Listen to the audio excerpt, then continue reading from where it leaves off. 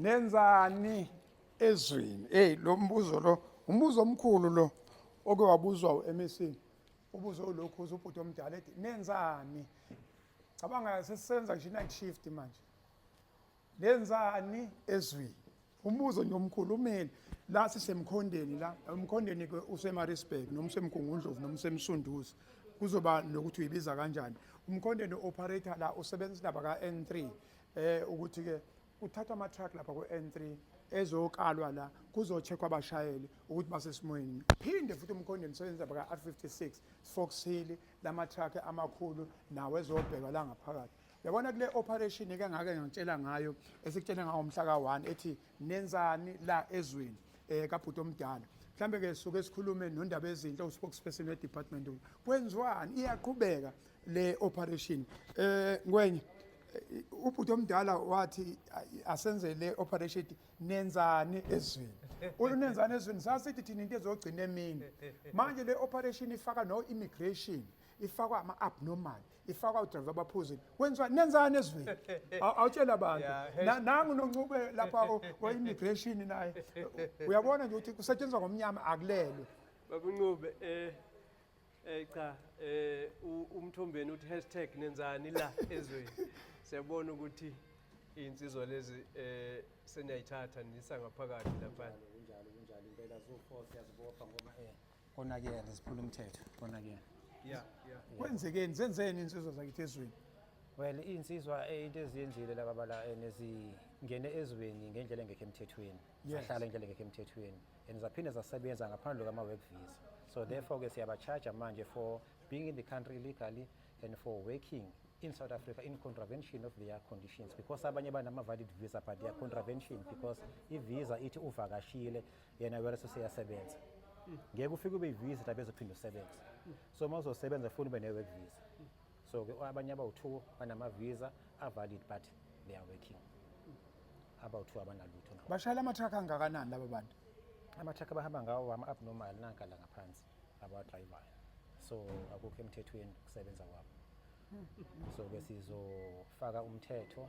siba senkantolo kusasa afike umqashi phinde simbophe kwaye onja kwasani niqala ngo driver siqala ngo driver niba big truck lapha beka itruck umqashi afike phinde simfine kwaye ngoba kuyicala qasha umuntu anganayo visa Africa my continent ithi into kaMthombeni nenzani ezweni akasikhulume no spokesperson we department nisifaka ngomnyama manje kusebusuku manje nithi asosenza kumnyama cha njoba ke umthombe nasho #nenzani la ezweni cha uRTI insizwa lezi isebenza ngokukhulu kuyikhandla njengoba ubona nje Butayanda basebenza ngempela umthombeni uthe uyabonga ukuthi ioperation #nenzani la ezweni bayiqhubeka bayisa phambili uma ngabe ubheka imali engabe isilahlekile ila ku 200,000 ama truck la awu 14 abnormal asebe wabophile ubaba uMncube njengoba umthombe nasho ukuthi kwakhuluma no deputy minister uNjabulo Nzuza ukuthi i-team yaka immigration unit isebenze nethimba lela ka RTI njengoba ke wawukhona lapha ayanda ngesikhathi kune grade 177 ama traffic officers amasha sebenzisana nethimba leli liholwa uSigananda la emkhondeni #nenzani la ezweni awusikhombisa lama truck nje noma ungasiza usinika wona onkodwa usikhombise amanye lama truck ashaywa insizwa lezi okuthiwa befike lapha kuthiwa zivakashile amavisa okuvakasha kodwa zitholakala seyidonsa ingusanguza lezi ya inkinga la ngwenya ukuthi umthombe njoba dash ukuthi into angayithanda ukuthi awazi ukuthi khonani la phakathi yes lezi zinto ezilapha phakathi abazange baze bahambe bayo declare lapha na permit office yes ama truck amaningi awana ama permits uma ubheka futhi mangabe u-check nje ama statistics athi silahlekelwa imali ezala ku2 to 5 million abanye bathi ke ingaphezulu ngenxa lama truck amaningi 14 awungenawo ama permit awakhokheliwe akwazi ukuthi khonani phakathi abanawo futhi ama PRDP okudriver njoba eseshilo ubaba uMncube ka immigration unit ukuthi iy'ncwadi zabo ayiphelele. Yes. Akufanele ngabe ibala.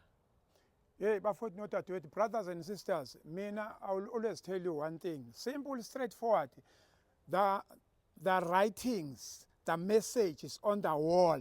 Yabona kubhaliwe ukuthi if you don't comply with the rules and regulation nomthetho wase South Africa, I will meet so phumula eWestville. So ezinye zezinto try to be compliant. Lokho kuzosilekelela kakhulu kwenze ukuthi izwe lakithi kube izwe eliphephile. Yilokho mina ngingakusho sothi kusasa bese sivuka ke sizobala kahle sesibuka kahle kumsebenzi ngempela ukuthi ungakanani umsebenzi. Njengamanje sibanjwe ngejazi kwathiwa cha phela ukusebenza sisebenza emini sisebenza ebusuku. So nana laba ke o-driver bama-truck abayinika ukuthi hayi sizohlala sizovuka ngo-12 amaphoyisa aselele hayi kuyabheda mfowethu angifuni ukudlala ngawe. Kuzofike kuboshwe u-driver kwi-impound truck bese kuboshwe i-owner. Inkulumo imi kanjalo ke. Don't kill the messenger. Okwakho comply nama-rules nani nama-regulations ani umgwaqo bokuphela. That's it.